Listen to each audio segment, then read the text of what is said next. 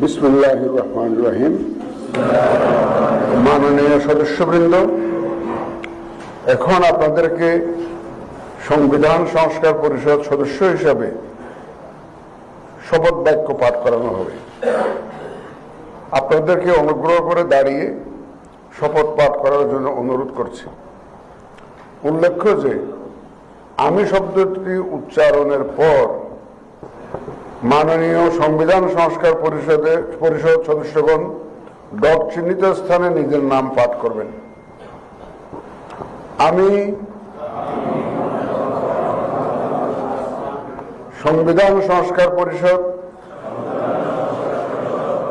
সদস্য হিসাবে সশ্রদ্ধ চিত্তে শপথ করিতেছি যে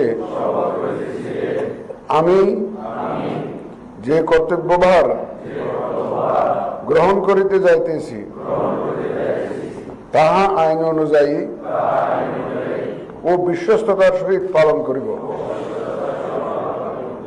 আমি বাংলাদেশের প্রতি অকৃত্রিম বিশ্বাস ও আনুগত্য পোষণ করিব এবং পরিষদ সদস্যরূপে আমার কর্তব্য পালনকে ব্যক্তিগত স্বার্থের দ্বারা প্রভাবিত হইতে দিব না। ধন্যবাদ।